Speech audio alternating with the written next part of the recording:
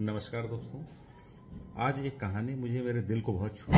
वो कहानी ये थी कि बचपन के समय में जब सभी लोग गुरुकुल में पढ़ते थे तो युधिष्ठिर भी पढ़ा करते थे।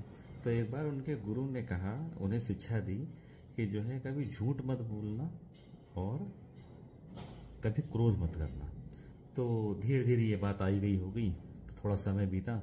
एक शिक्षक ने पूछा विद्यार्थियों से कि तुम लोग कितना पाठ याद करके आए, सबने कितने कितने अध्याय याद करे मुझे बताओ। तो किसी ने कहा 10 अध्याय, किसी ने कहा 20 अध्याय, किसी ने कहा 12 अध्याय। अब बारी आती है युधिष्ठिर की। तो युधिष्ठिर से पूछा जाता है तुमने कितने अध्याय याद किए। तो युधिष्ठिर कहते हैं सर मैंने तो 2 वाक्य याद किए हैं और वो भी आधा अधूरा, अभी पूरी तरह पक्का नहीं हुआ है।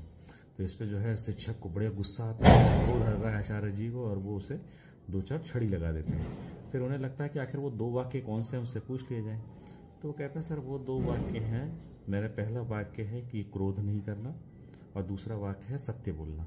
तो यही 2 वाक्य हैं जो मैंने कच्चे पक्के याद करे हैं। तो जब आप मुझे छड़ी से मार रहे थे तो उस टाइम मुझे क्रोध बिल्कुल नहीं आया था, और दूसरा मैंने आपको सत्य बोला था। यही वो 2 वाक्य हैं जो आपने मुझे एक दिन सिखाया और उसी पर मैं चल रहा हूँ। तो सर मुझे इससे लगता है हमें भी कहीं ना कहीं इस चीज़ से प्रेरणा लेनी चाहिए और हमें सत्य के रास्ते पे भी चलना चाहिए। और क्रोध जो कि मुझे ऐसा लगता है कि क्रोध जो है दूसरे की गलतियों की सजा स्वयं को देना ही क्रोध है।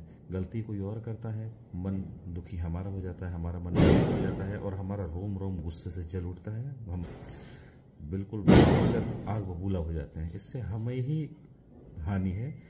ये तो मेरा ये अनुभव रहा है कि दूसरे की गलतियों की सजा खुद को देना ही वास्तविकता क्रोध होता है।